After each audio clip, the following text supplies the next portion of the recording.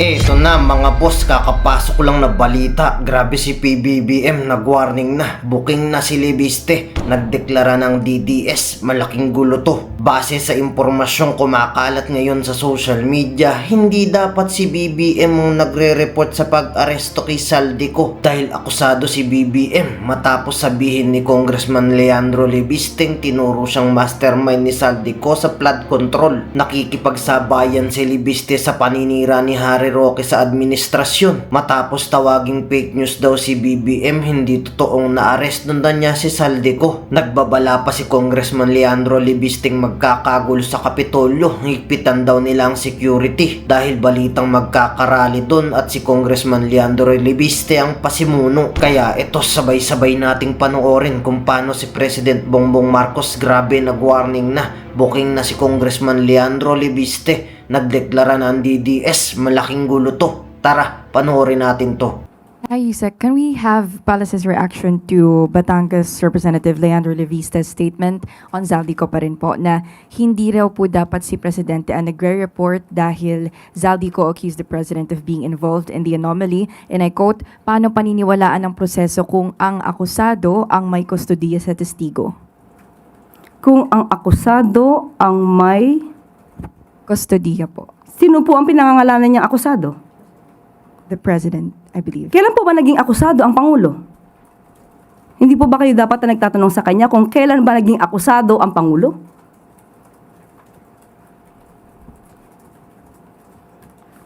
Sunod na tanong mula kay Jervis Manahan, ABS-CBN. Good afternoon, Yusek.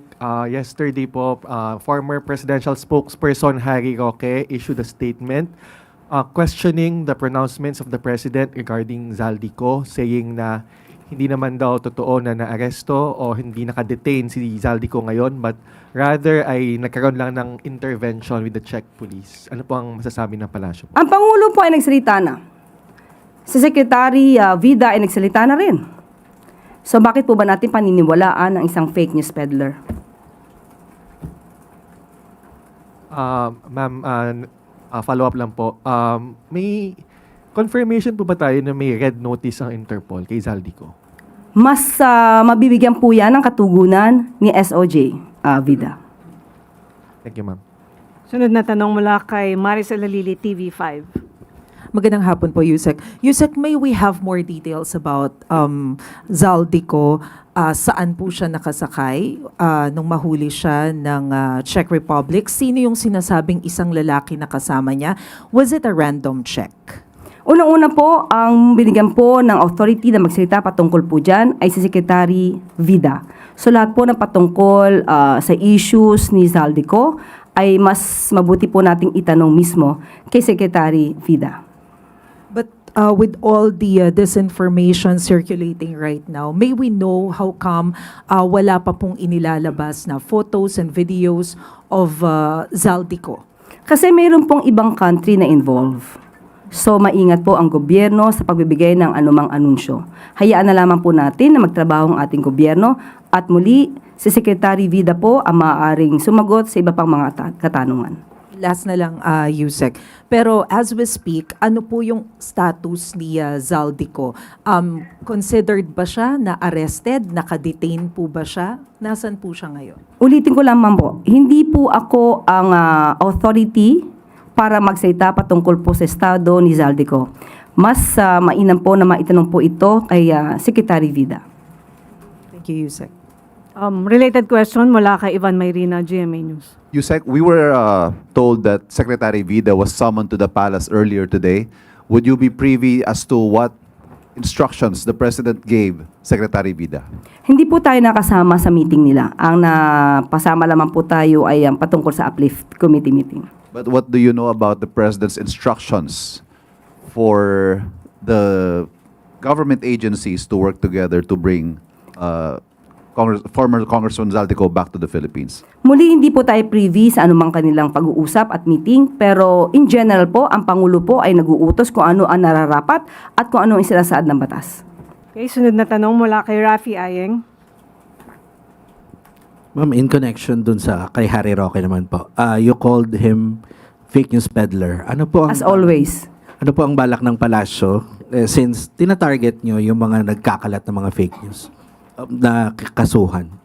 Muli, hindi kailangan mag-utos ng Pangulo sa NBI, sa PNP, o sa anumang investigating bodies patungkol sa fake news. Kapag nakita po nila at alam nila na fake news ang pinapakalat, kailangan lamang po itong imbestigahan. Thank you. Sunod na tanong mula kay Tristan Nadalo, Newswatch Plus. Good afternoon, Yusek. Yusek, still on Zaldico, in-announce po ni Pangulong Bongbong Marcos that the Philippines will be sending a high-level coordination team to focus on bringing former Congressman Ko back. Siguro po gusto lang din nating malaman sino-sino po ba yung bubuo sa team na ito and ano pong marching orders ng Pangulo sa kanila? Muli, si Secretary Vida ang maaari sumagot ito kung wala pa po siyang binibigay na detalye, most probably because may involved na ibang country, kaya hindi pa po namin masasabi kung ano mga detalye patungkol dito. Okay. Si Senator J.V. Ejercito, ang sabi niya po, the biggest challenge in bringing Ko back to the Philippines is ensuring his safety, warning that some groups may not want him to return and testify on the controversy. Sabi niya po, the challenge here is to bring him back in one piece. So, can Malacanang assure the safety of Mr. Ko and guarantee that he will be free from any pressure or influence? Bago po muna tayo magbigay ng assurance, definitely naman lahat ng po ng Pilipino ay dapat safe na bumabalik sa Pilipinas. Yan naman po ang assurance ng pamahalaan. Pero dapat tignan muna po natin, saan nanggagaling yung sinasabing death threats? Meron na po bang naipakita? Meron na po bang na-blatter o whatever? So, tingin ko dapat doon muna kasi there's no basis. Diba? There will be lacking of basis if you cannot prove that death threats against Zaldico. So, dapat doon tayo mag-start. May death threats nga ba? Kasi how can you assure somebody na hindi ka mapapariwara pagbalik mo sa Pilipinas kung wala naman death threats? But nevertheless, the government will always assure the safety and that the needed protection to be given to Zaldico. Ma'am, last na lang po. The Commission on Audit has flagged 375 million worth of confidential funds spending under Vice President Sara Duterte. Una po, anong reaksyon ng Malacanang sa findings na ito? And naniniwala po ba ang palasyo na dapat ibalik yung mga pondong questionable, na nagastos sa questionableng pamamaraan? Wala po sa palasyo kung sila'y maniniwala o hindi dahil ito po ay ruling mismo ng COA. Sila po mismo ang nagsasabi at nag-decide kung merong di umanong pondong hindi tama ang paggamit. So sila ay nagdesisyon na. Yung isa po na-dismiss ang appeal na sinampa ni Vice Presidente regarding the 73 million pesos na confidential funds at ipinababalik ito. Sa ngayon, may notice of disallowance na nagkakahalaga ng 375 million din patungkol sa confidential funds. So, kung hindi maipapaliwanag ito ng head of agency, yan nga pa isa pamumuno ni Vice Presidente Sara Duterte, sa kanya po ito babagsak dahil siya po ang namumuno dito. Kaya mas maganda po na maipaliwanag ito. Well, anyway, nag-decision po ang COA. Tignan naman po natin kung magkakaroon pa ng ano pang final decision dito. Ma'am, about sa uplift meeting kanina, can we just get more details? Ano-ano po yung mga hakbang na pinag-aaralan pa po ng gobyerno? Sa ngayon ay napag-usapan ang nabigyan ng pansin ng Pangulo, of course, yung mga natulungan na at maaari pa matulungan ng ating mga kababayan pagdating sa pagbibigay ng trabaho at pinagpilitan ng Pangulo sa ating Secretary of Energy, kay Secretary Sharon, na dapat na hindi maputol ang supply ng crudo o produktong petrolyo sa atin. Dahil ayaw po ng Pangulo ang stagnation. Nagkakaroon na po ng inflation dahil po bunga ito ng sigalot sa Middle East. So ayaw po na dumating pa sa estado ng stagnation, kaya kinakailangan po na ang supply ng crudo ay manatili at tuloy-tuloy sa ating bansa. At maliban po dyan ay gumagawa na po ng microsite ang DMW at ipinakita po to sa Pangulo, ngunit sa ngayon ay ito ay fina-finalize para po mapakita sa taong bayan kung anong ayuda at ano po ang mga programang nagawa na at gagawin pa.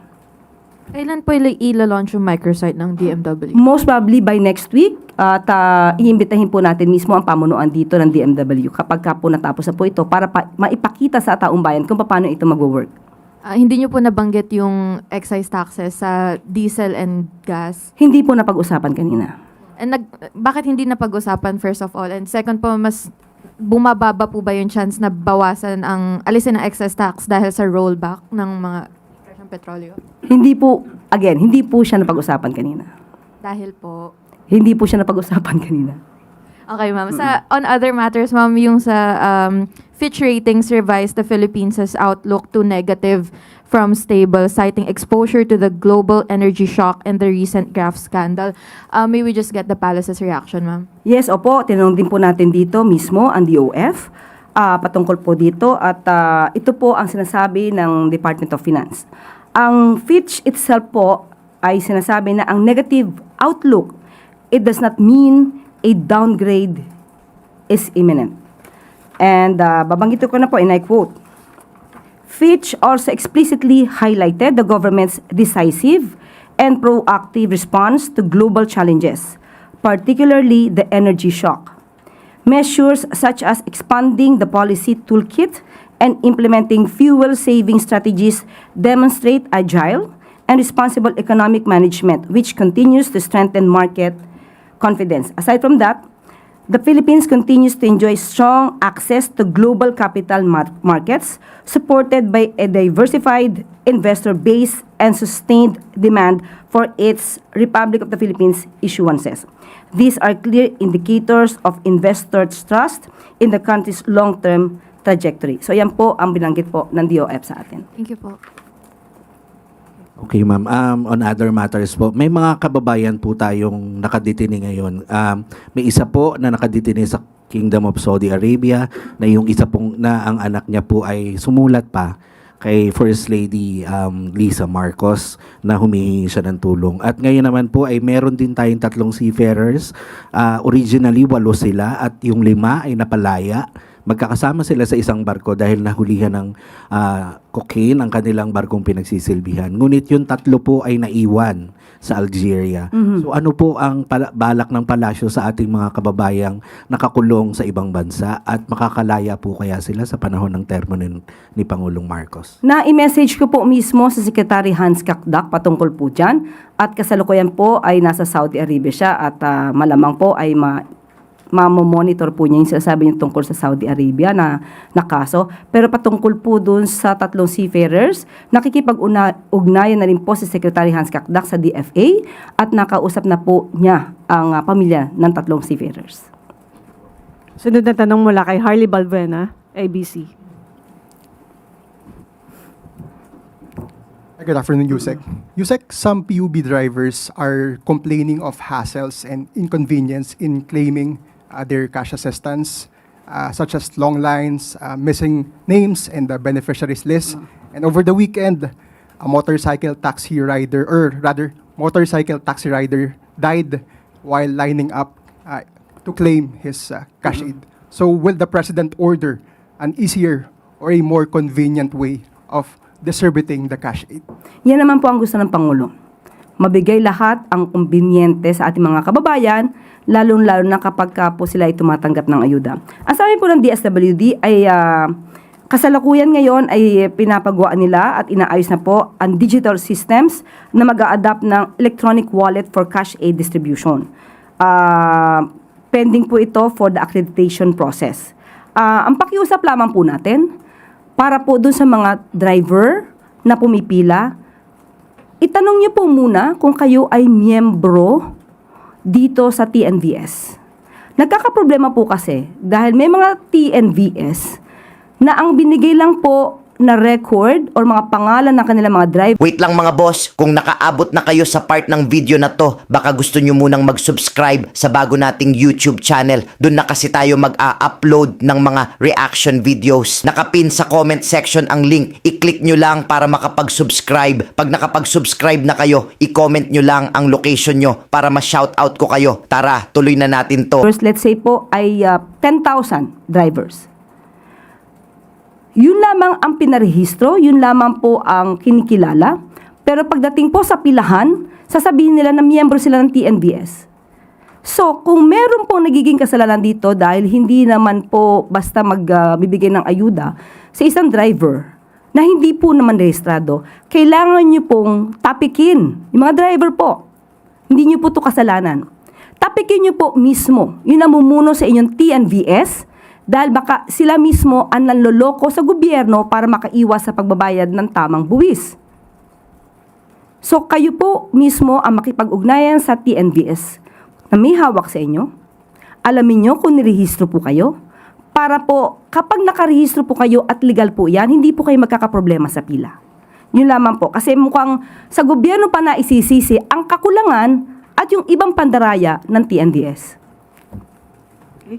Sunod na tanong mula kay Samuel Medinilla, Business Mirror. Ay, good afternoon, ma'am. Magpa-follow up lang po kami regarding po dun sa naging meeting po ni Executive Secretary Recto with business groups po a few weeks ago. During po dun sa meeting na yun, nag-commit po si Secretary Recto dun sa mga business groups na to address logistics bottlenecks, including port congestion, review on track ban hours, more efficient online transaction of documents, and lower fees charged by local governments. May update na po kaya yung mga concerned agencies dun sa naging instructions ni Sec Recto? Opo. Hiningi po natin mismo yung detalye kay ES Ralph Recto. At ang sabi po niya, naiintindihan niyo po talaga ang bigat na dinadala ng ating mga truck drivers at shipping operators sa pagtaas ng presyo ng langis. Kaya agaran pong gumawa ng hakbang sa utos na rin ni Pangulo ang si ES Ralph Recto. Ito po ang napag-usapan. Sa Marina po, 75% reduction on key regulatory fees covering permits, safety certificates, vessel registration, and accreditation. Meron din po, nabawasan din po ang annual tonnage fee to just 1 peso per gross tonnage for Philippine-registered vessels above 15 gross tonnage for 2025, payable in 2026. While vessels 15 gross tonnage and below are fully exempt. Suspended the implementation of its January issued schedule of fees and charges. Ang period starting April 20 and will remain in force for 1 year or for the duration of the state of national energy emergency unless earlier lifted or revised. With regard to Philippine Ports Authority, PPA,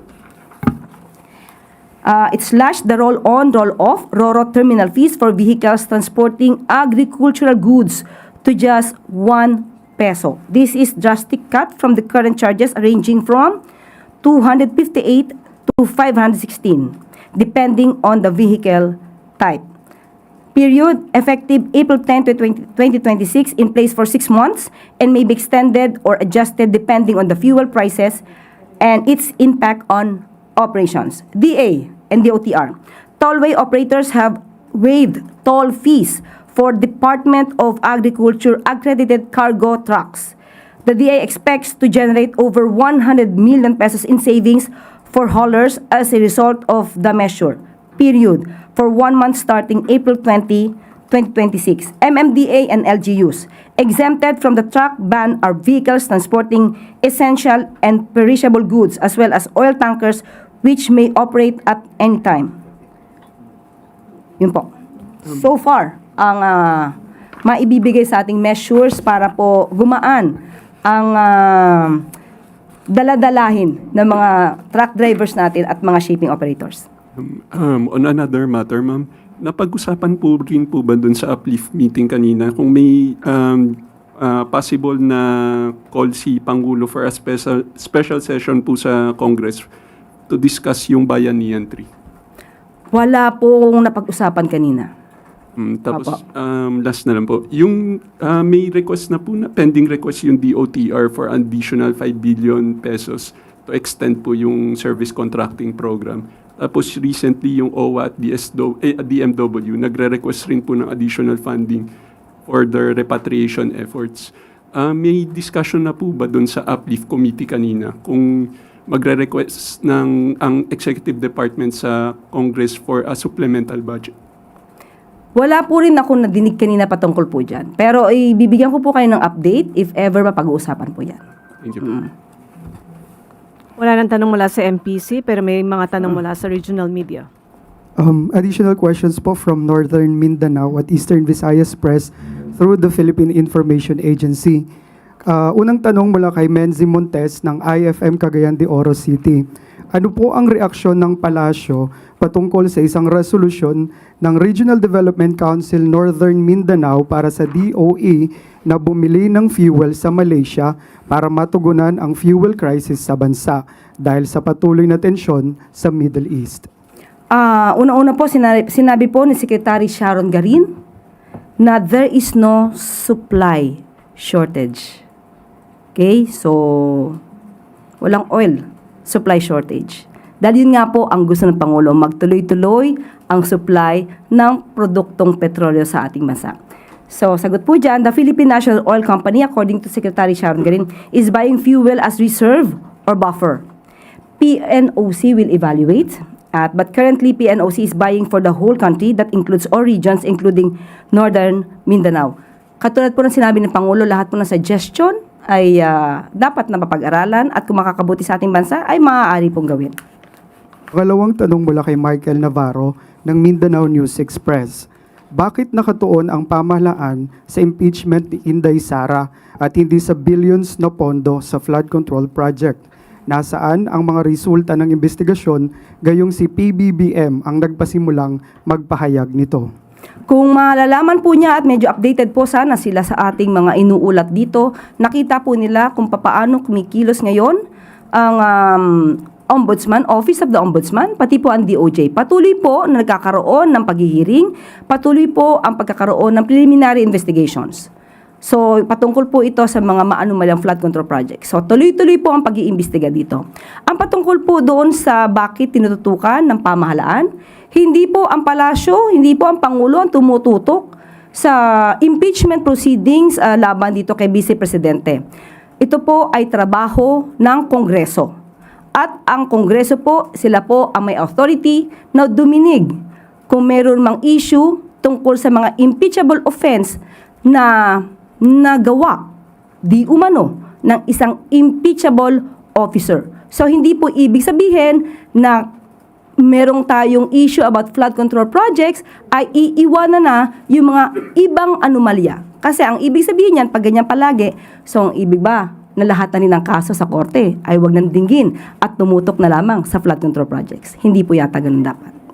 Next question mula kay Rudit Tagima Cruz ng DXDB Malaybalay. Oil smugglers have surfaced during the fuel crisis. How does the government address this issue? Nakausap po natin mismo ang pamunuan ng BOC at sinabi po nila na sila ay mayroong Oil Inventory Task Force. Ito pong Oil Inventory Task Force ay kasama rin po at nakatatrabaho kasama ang DOE at ang BIR upang i-monitor po at ma-check yung inventory levels ng oil products from importation, storage in depots, and sale at gasoline stations. Dito po kasi makikita nila kung may lumalabag ng mga gasoline, pamunuan ng gasoline stations para makita kung merong mga oil na na-smuggle. Ginagamit po nila yung tinatawag nilang fuel marking programs. So kapag ka daw wala pong check na nakita, ang presumption po nito, yung fuel ay smuggled. And it will be subject to forfeiture. So, sa ngayon po, ginagamit nila itong fuel marking checks at inspections. Kasama na rin po dito ang grupo ng katulad po ng Highway Patrol Group, Coast Guard, and even local governments. Mula naman po sa Eastern Visayas Press, Joey Gabieta ng Leyte Summer Daily Express. How would you interpret the recent improvement in President Marcos Jr.'s approval ratings? Magandang nakikita po at nararamdaman ng mga kababayan natin kung ano po ang ginagawa ng gobyerno ng pamahalaan para sa ating mga kababayan. Ngunit muli, sasabihin po natin, ang Pangulo, tumaas man ang kanyang approval rating, bumaba man ang approval rating, patuloy po magtatrabaho ang Pangulo. Hindi po siya maaapektuhan ng negatibo, positibo na mga approval rating. Pero nagpapasalamat na rin po tayong lahat dahil nakikita nila kung sino ba talaga yung nagtatrabaho at sino lang yung mga nagbabakasyon. Next question kay Jaime Gravador ng K5 News. Matapos ang pag-expire ng aplikasyon para sa amnesty program ng pamahalaan, marami pa rin umanong mga dating rebelde ang hindi nakapag-avail, ngunit naisa ng makasali. May plano po ba ang gobyerno na muling buksan o i-re-implement ang amnesty program? Sa issue pong yan ay minabuti po natin makausap si Attorney Serme Ayuyaw ng National Amnesty Commission. So, dito po ang sabi po ni Commissioner Ayuyaw, although nag-expire na yung window period para sa aplikasyon for amnesty nung nakaraang buwan, March, so nag-request po ang NTF-ELCAC, ang National Task Force to End Local Communist Armed Conflict, ng 2 taong extension para sa aplikasyon. Sa ngayon po, nakikipag-coordinate po ang sila sa Office of the Deputy Executive Secretary for Legal Affairs or ODESLA. At ang request na po ito ay nandito na po sa office po ni Executive Secretary. Yan po ang huling tanong mula sa Northern Mindanao at Eastern Visayas Press. May pahabol na tanong mula sa MPC, Evelyn Quiros, Filipino Mirror. Good afternoon, Yusek. May kapalit na po si Secretary Galvez. Okay. Meron po tayong announcement.